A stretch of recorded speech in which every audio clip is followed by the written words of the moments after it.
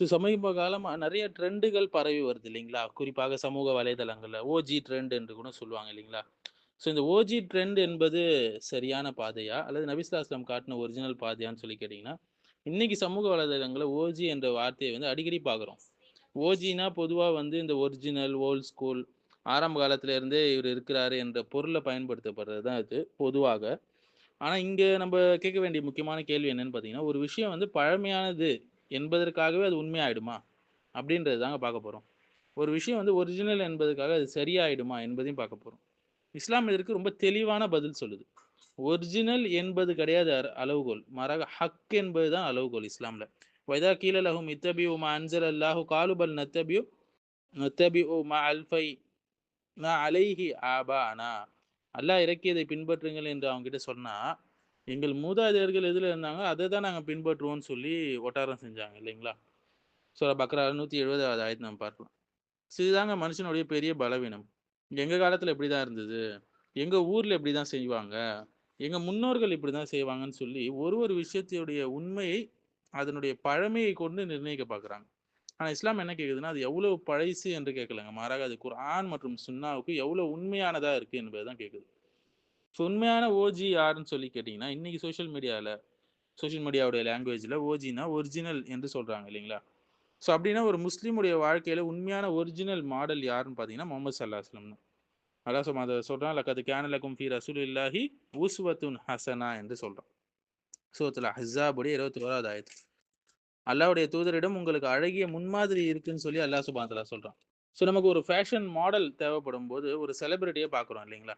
ஒரு business model தேவைப்படும்போது, ஒரு பிசினஸ் மேன பார்க்குறோம். ஒரு பிசினஸ் மேன பார்க்குறோம். ஒரு லீடர்ஷிப் மாடல் தேவைப்படும்போது, ஒரு பொலிட்டிக்கல் லீடர நம்ம பார்த்து பழகுறோம். அதேபோல ஒரு சக்சஸ் மாடல் தேவைப்படும்போது, ஒரு பில்லியனியர பார்க்கிறோம்.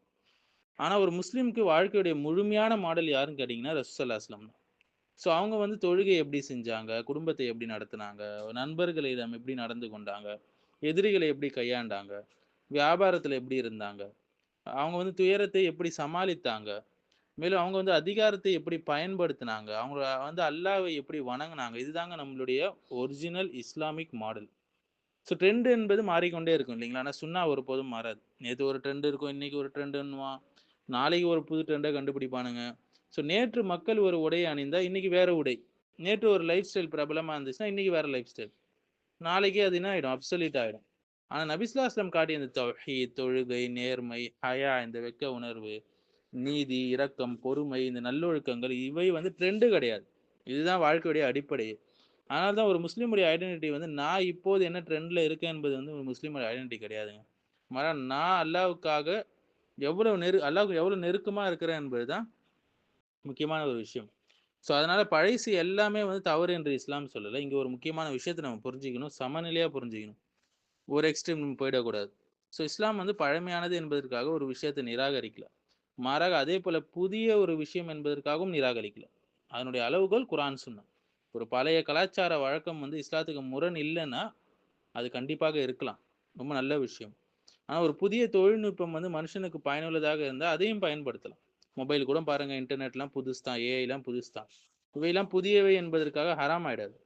அதேபோல ஒரு பழைய பழக்கம் வந்து ஷிர்க் அல்லது பிதத் அல்லது ஹராமுக்கு இட்டு போச்சுன்னா, அது 100 ஆண்டுகள் பழமையாக இருந்தாலும் உண்மையாகிவிடக் கூடாது. உண்மையாகிடாது. So truth is not determined by age. Truth is determined by revolution என்று சொல்லுவாங்க.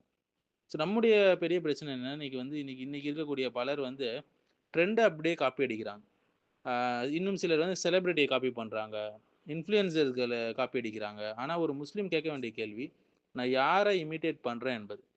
மன் தஷப்பஹ பிகௌமின் ஃபஹுவ மின்ஹும். ஒரு சமுதாயத்தை ஒத்து போறவர் அவங்கள்ல ஒருவராக ஆயிடுவார். அபூதாவுதுல வரக்கூடிய ஹதீஸ்.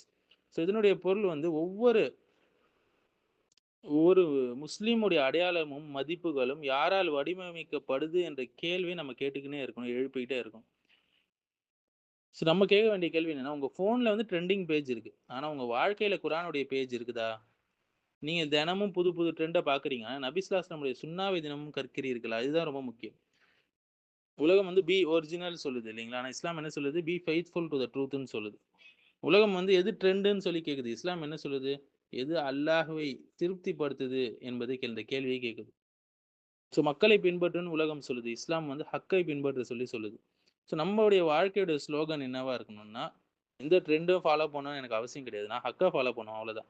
ஸோ நம்முடைய உண்மையான ஓஜி கல்ச்சர் என்பது வந்து சமூக வலைதளங்கள்ல உருவாக்கப்பட்ட ஒரு விஷயம் அல்லங்க. அது முஹம்மது ஸல்லல்லாஹு அலைஹி வஸல்லம் காட்டி தந்த அந்த சுன்னா. அவங்களுடைய தௌஹீத், அவங்களுடைய தொழுகை, அஹ்லாக், இரக்கம், நீதி, தக்வா எல்லாத்தையும் நம்ம சொல்லலாம். ஸோ அதுதான் நாம் மீண்டும் கண்டுபிடிக்க வேண்டிய ஒரிஜினல் முஸ்லீம் ஐடென்டிட்டி. ஸோ ட்ரெண்ட் மாறட்டும், ஃபேஷன் மாறட்டும், டெக்னாலஜி மாறட்டும், உலகம் மாறட்டும். ஆனா ஒரு முஸ்லீமுடைய உள்ளம் என்ன சொல்லணும் அப்படின்னா, என் வாழ்க்கையுடைய அளவுகோல் மக்கள் கிடையாது. அல்லாஹ்வுடைய வஹி தான். இதுதான் உண்மையான ஒரிஜினாலிட்டி.